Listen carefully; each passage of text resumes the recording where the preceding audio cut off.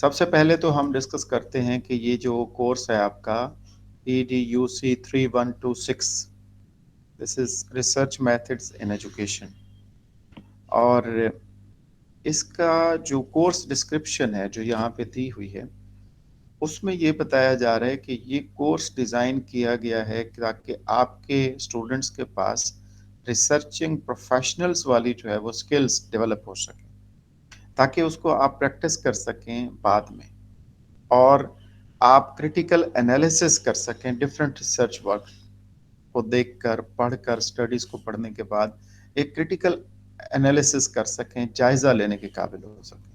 تو وہ جائزہ لینے کے قابل کب ہوں گے؟ جب آپ ریسرچ میتھڈس کو انڈرسٹینڈ کرتے ہوں گے، جب اس کے بارے میں آپ کو پتہ ہوگا کہ ریسرچ میتھڈس کی ٹیکنیکلٹیز کیا ہیں، اس کا پروسیجر کیا ہے، اس کا طریقہ کار کیا ہے، اس میں کون کون سی چیزیں آتی ہیں ریسرچ کرتے ہوئے، تو اس کے بارے میں آپ کو معلومات ہوں گی، تو تب آپ ایک کریٹیکل انالیسس کر پائیں گے ڈفرینٹ ریسرچز کا، ڈفرینٹ ریسرچ ورک کا۔